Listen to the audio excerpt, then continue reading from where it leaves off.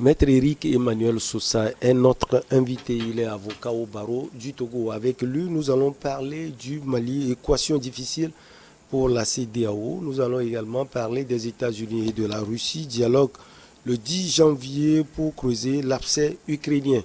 Et puis on termine par l'Israël, Covid-19, une quatrième dose pour combattre le variant Omicron. Maître Eric Emmanuel Sosa, bonsoir. Merci de répondre à notre rendez-vous. Bonsoir, Michel. Allez, on commence donc par le Mali. On parle actuellement, maître, des assises de la refondation. C'est quoi précisément?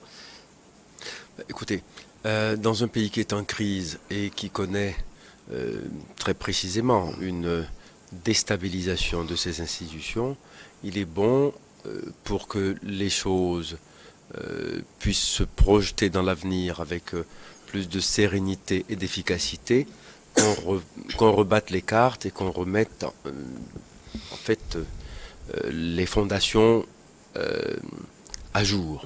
C'est de ça qu'il s'agit quand on parle d'assises de refondation, et je pense que c'est toujours comme ça que les choses devraient se passer. Mettons-nous d'accord sur une chose, le Mali a connu plusieurs crises successives depuis 2012, et ces crises institutionnelles ont amené dans leur foulée des crises politiques, elles-mêmes aux séquelles mal mesurées, qui ont dégénéré en coup d'État.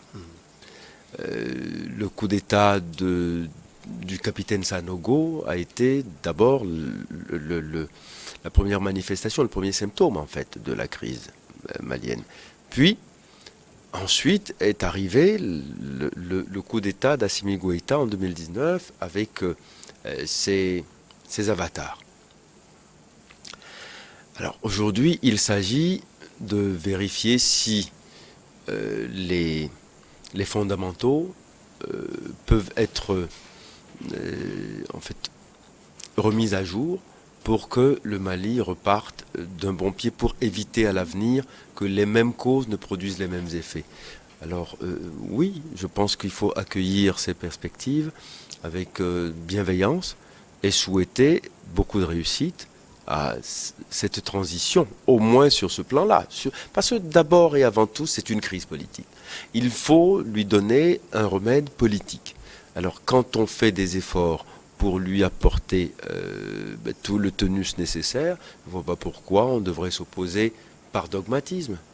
Alors, maître, est-ce qu'on peut espérer en ces assises de la refondation, parce qu'il y a aujourd'hui des phénomènes qui expliquent clairement des violations de l'état de droit. On se souvient de l'arrestation de l'ancien Premier ministre Boubei Maïga. Il y a également Kaou Ndim qui supportait le régime.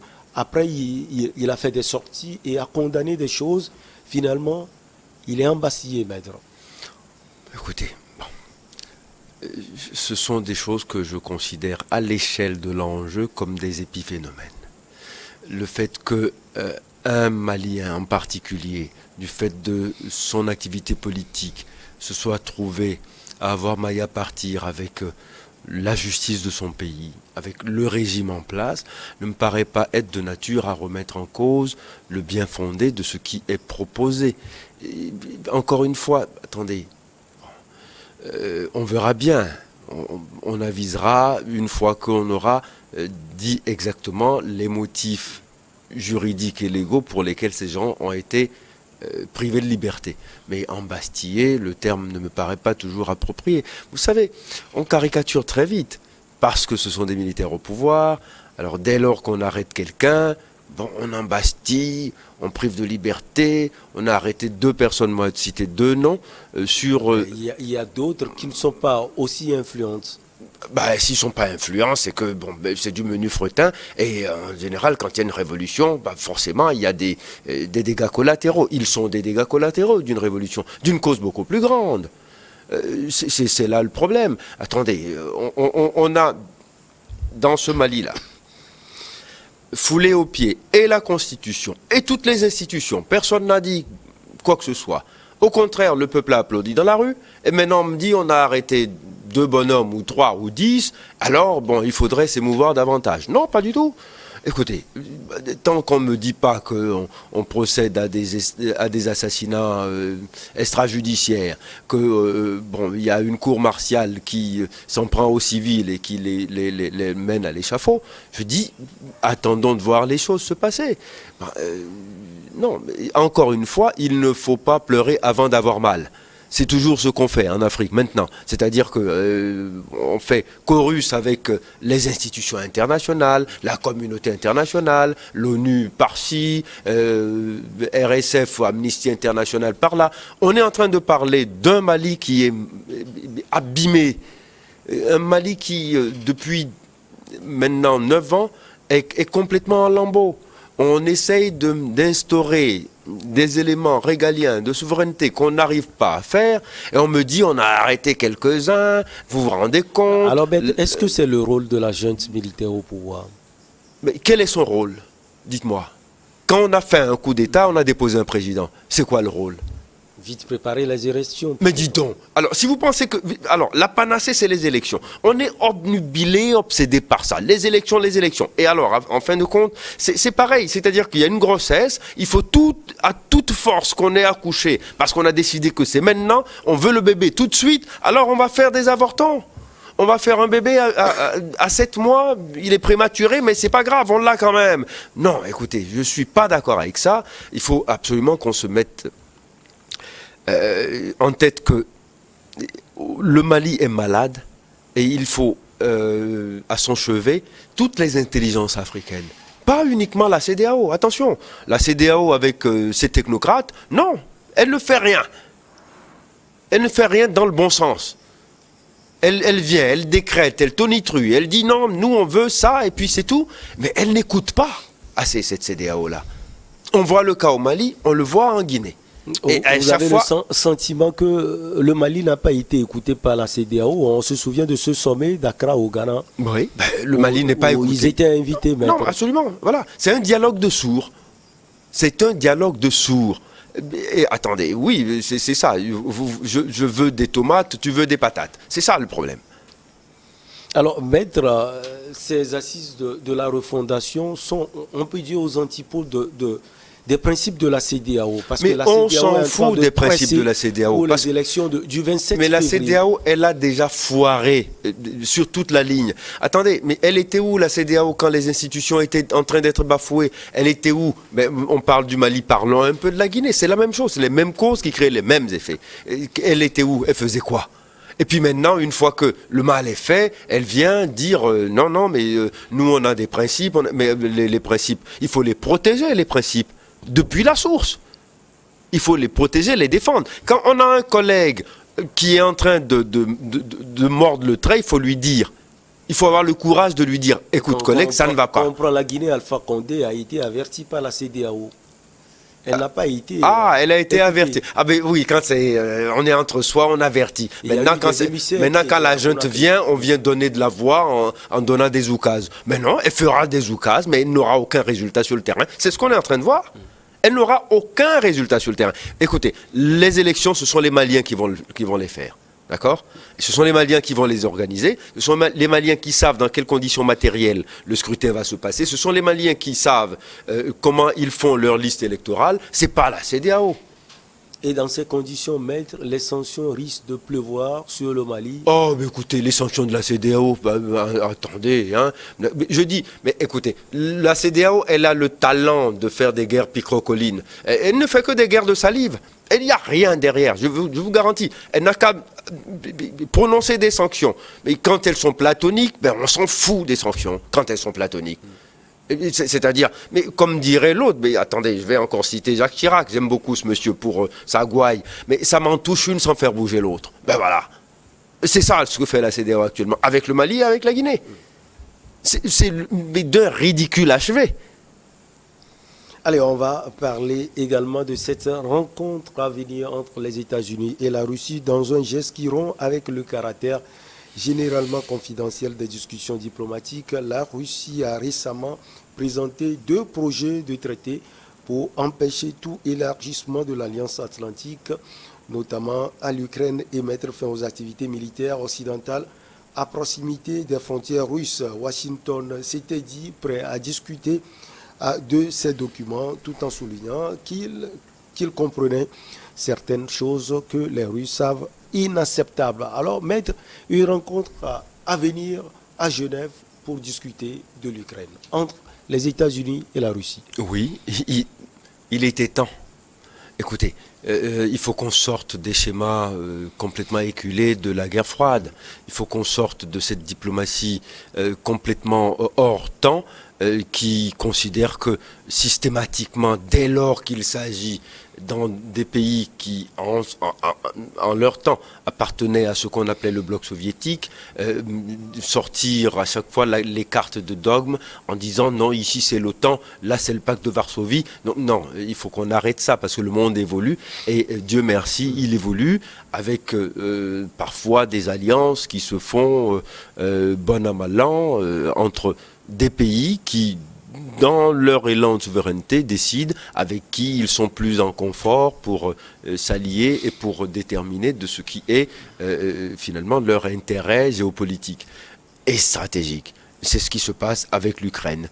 L'Ukraine, le problème de l'Ukraine, mais c'est pas uniquement l'Ukraine, hein, de la Géorgie, bon, le problème des Ossètes est également sur la table. Il va falloir en parler un jour. Les pays baltes, l'Estonie et la Lettonie sont aussi des enjeux. Donc il faut à chaque fois regarder ces choses-là de sang-froid en observant finalement dans le climat apaisé que doit être aujourd'hui le champ géopolitique.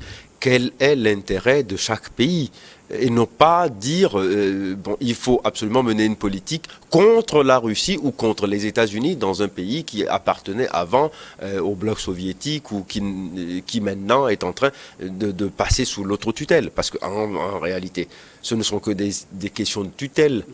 Hein, bon, on a dit aux Ukrainiens, ben, vous êtes indépendants depuis 1991, bon, mais vous ne l'êtes pas vis-à-vis vous êtes sortis de la tutelle du pacte de Varsovie pour aller vous réfugier sous la tutelle de l'OTAN. Bon, vous savez, quand on a dit ça, on n'a pas dit grand-chose. Les Ukrainiens ont le droit de choisir. Et à chaque fois, il faut bien se dire aussi cette chose.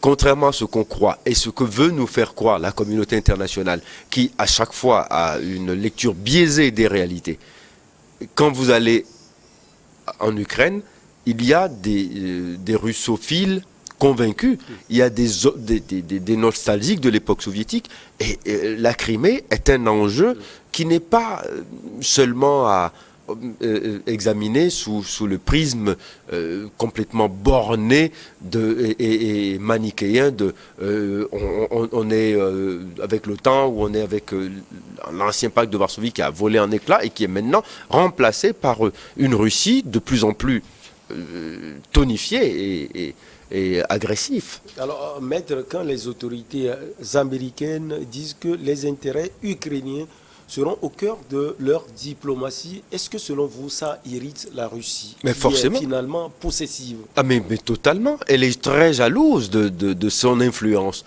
Et comment ne le serait-elle pas? Attendez, bon, il faut voir la chose d'abord. Hein. On est dans un rapport de voisinage d'abord entre l'Ukraine et la Russie. Les États-Unis sont où? Ils sont totalement de l'autre côté.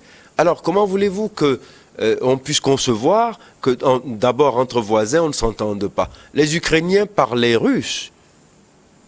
Et beaucoup, 70% de la population ukrainienne parle russe encore. Il ne faut pas l'oublier ça. Alors maintenant on nous dit non mais on est très jaloux des intérêts ukrainiens. Mais laissez les Ukrainiens décider de leurs intérêts. On a fait des coups d'État en Ukraine. Yulia Tymoshenko, oui. D'accord, et son régime sont tombés aussi à cause de ces histoires. Faut bien le dire. Cette bonne femme, elle a été foutue en prison pour des questions aussi bornées que ça. Alors, maître, quand on entend le président ukrainien et les autorités ukrainiennes, on a l'impression qu'ils sont là de la Russie, finalement.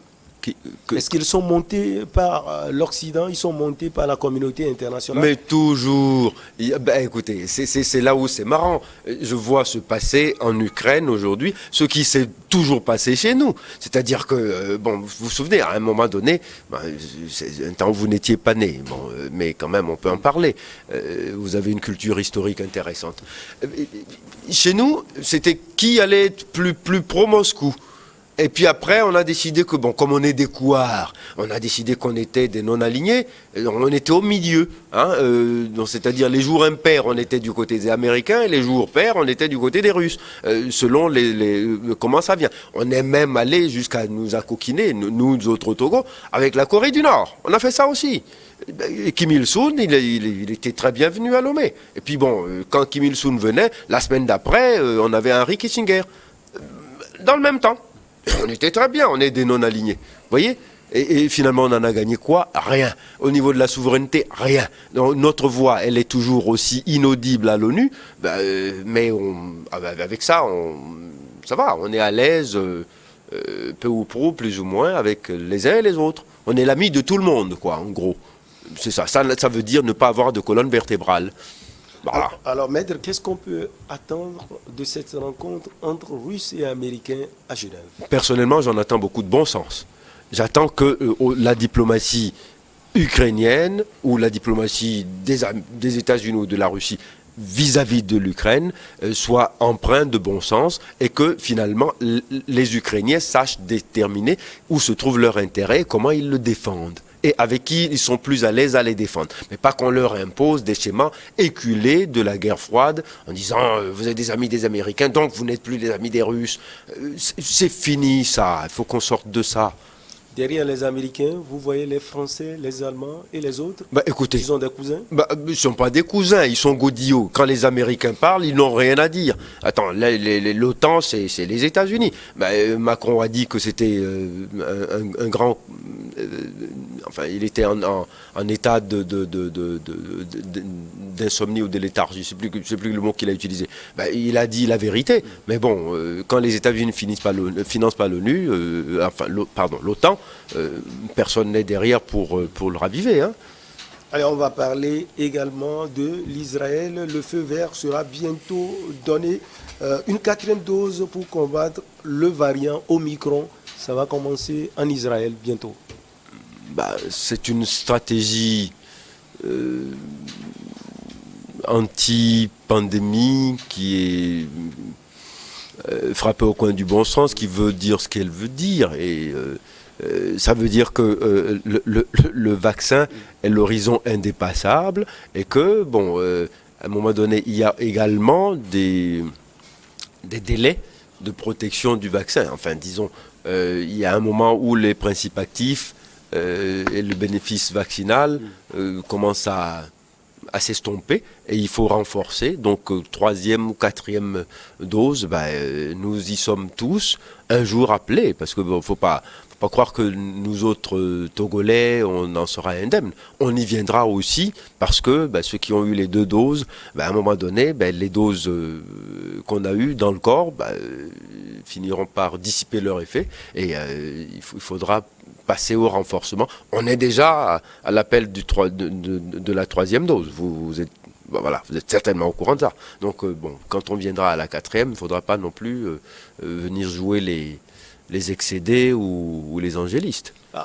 Pour le moment, les effets d'une 4e dose sur l'immunité à l'étude en Israël. Oui, mais écoutez, avec le Covid, tout le monde découvre maintenant que c'est à tâtons. Il n'y a aucune certitude scientifique. On essaye, on expérimente à chaque fois des choses. On expérimente des politiques sanitaires qui montrent leurs limites et qui sont corrigées au fur et à mesure avec des données scientifiques qui sont parfois balbutiantes. Mais qu'est-ce que vous voulez ? C'est comme ça.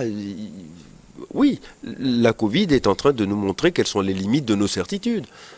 Aujourd'hui, il n'y en a aucune. Personne n'a de certitude. Hein.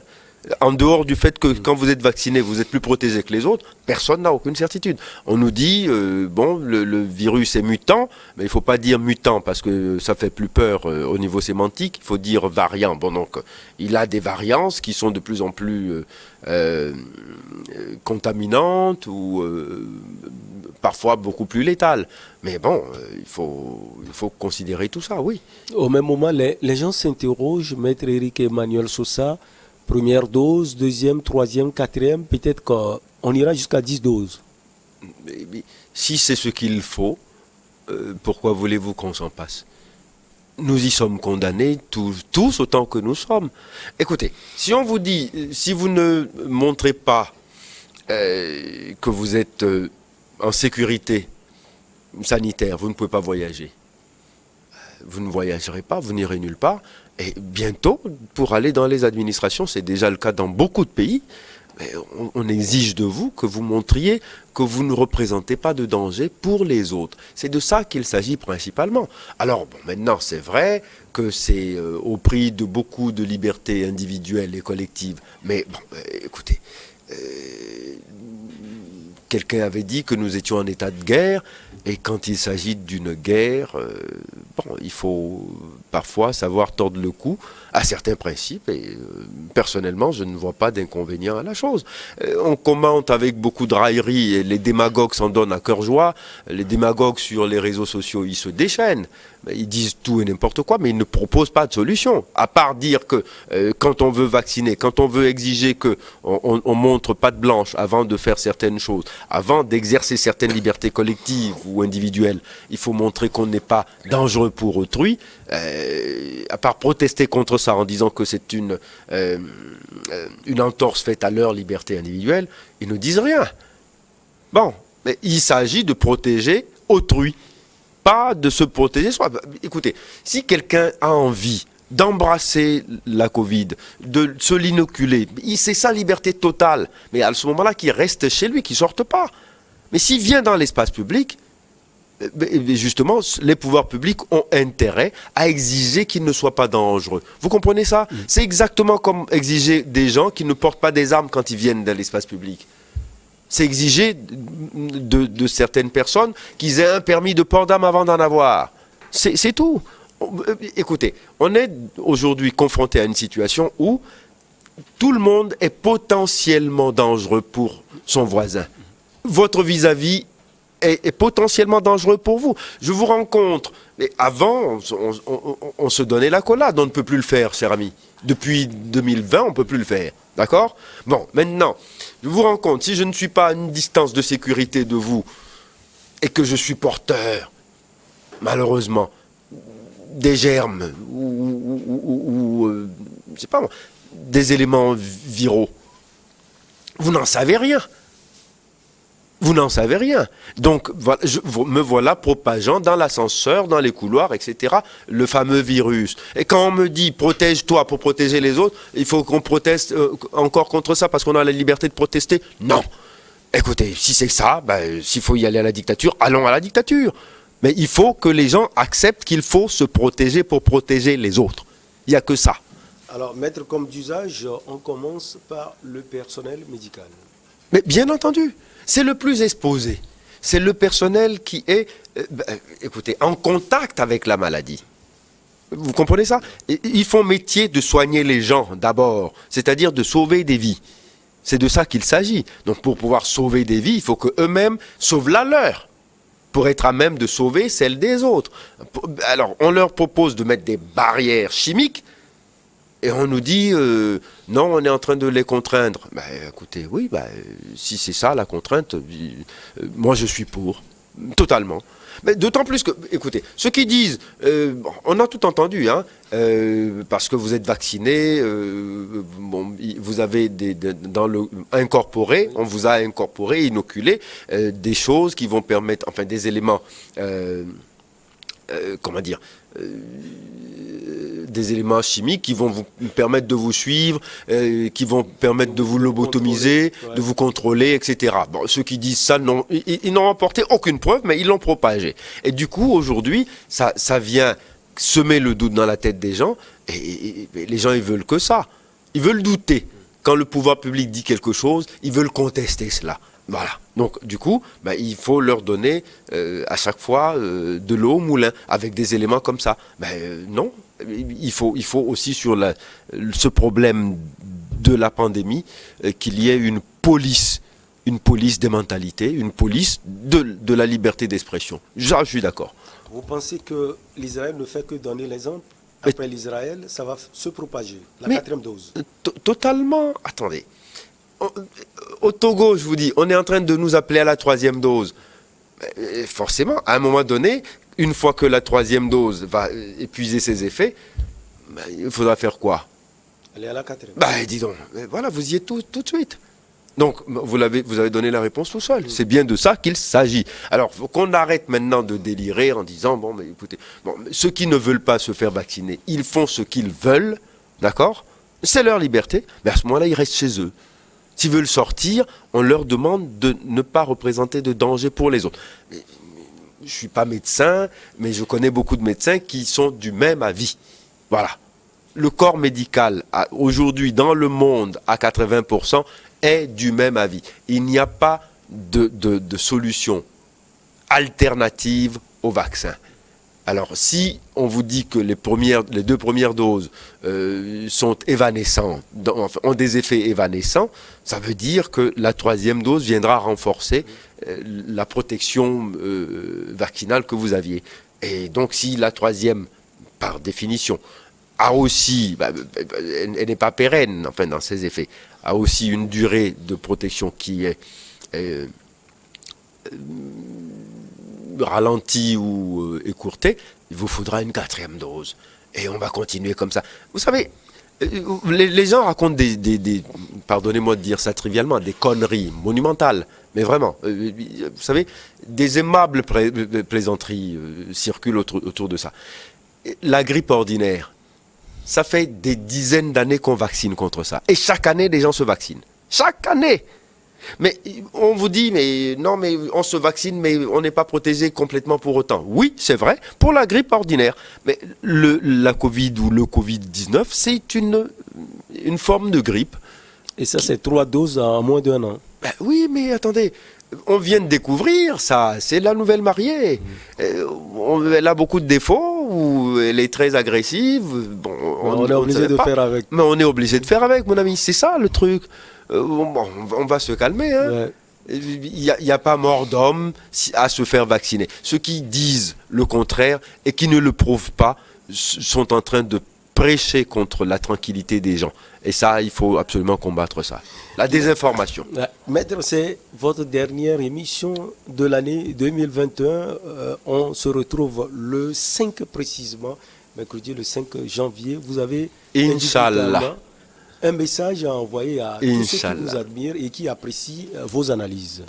Écoutez, on se verra le 5 janvier, Inch'Allah. À l'adresse de vos téléspectateurs, j'adresse mes vœux les plus fervents pour une nouvelle année 2022. Débarrassé de Covid-19. Si j'ai un vœu sincère à formuler, c'est celui-là d'abord. Dans une semaine. Principalement, oui, attendez. Enfin, on a 365 jours. Ouais. Hein. Donc je souhaite 365 jours exempts de Covid-19 pour qu'on parle d'autre chose et qu'on vive enfin des vies tranquilles, quoi. Parce que on est fatigué de cette affaire et ça crée beaucoup de tourments. Même les gens qui ne sont pas malades physiquement sont devenus malades mentalement parce qu'il y a des claustrophobes, il y a des hypochondriaques, puis il y a des gens qui sont malades simplement de bêtises parce qu'on est contaminé de toutes parts par la bêtise. Et ça, il faut qu'on puisse lutter contre ça. Infini merci à vous, maître Éric Emmanuel Sosa. On vous a sollicité tout au long de l'année et merci infini pour votre disponibilité. On va marquer la pause pour le journal et derrière, on reçoit Firmin, Teko, Agbo et Isso Akelso pour Regard Croisé.